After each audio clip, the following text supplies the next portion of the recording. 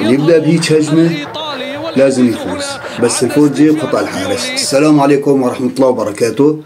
راح نحكي اليوم عن بعض هيك استمتاع عشته أنا بمباراة النصر والحزم كأس الملك. شفتوا الهجمة يعني من الدقيقة الأولى النصر ناوي يسجل.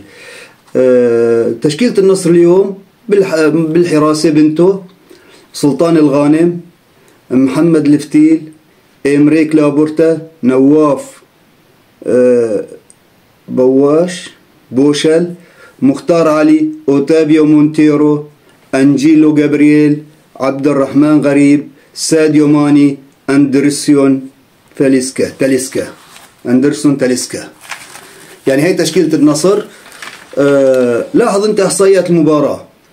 تسديدات على المرمى 22 للنصر، النصر 21، الحزم 7.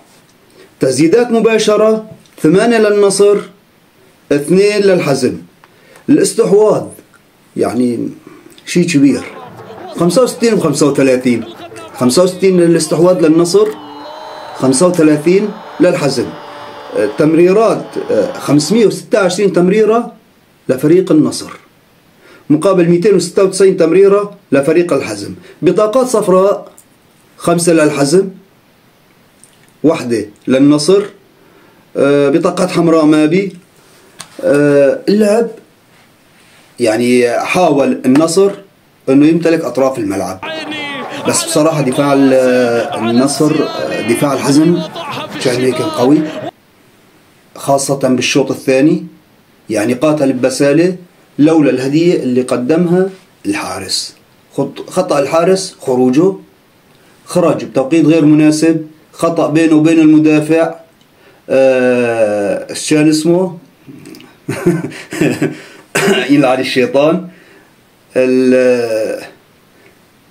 نواف بوشل خذاها وحطها هدف بكل أناقة بالدقيقة 93 وبوقت قاتل. الحزم ما عاد يقوم، يعني ودع كاس الملك.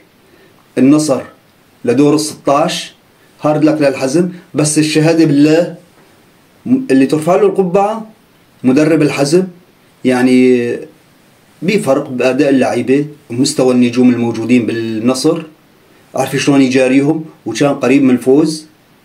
يعني لو انه اللاعب مو متسرع بالدقيقة 70-72، لو اللاعب مو متسرع كان ممكن الحزم هو اللي يتقدم ويفوز، بس اللاعب تسرع وتسلل وراء الهدف تسلل.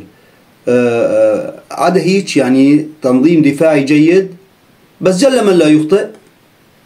خطأ حارس الحزم وانتهت المباراة مثل ما تعرفوا 2-1. هارد لك للحزم، مبروك للنصر. انتظرونا في فيديو جديد، واذا وصلت معي لاخر الفيديو تابعني وانت مشكور.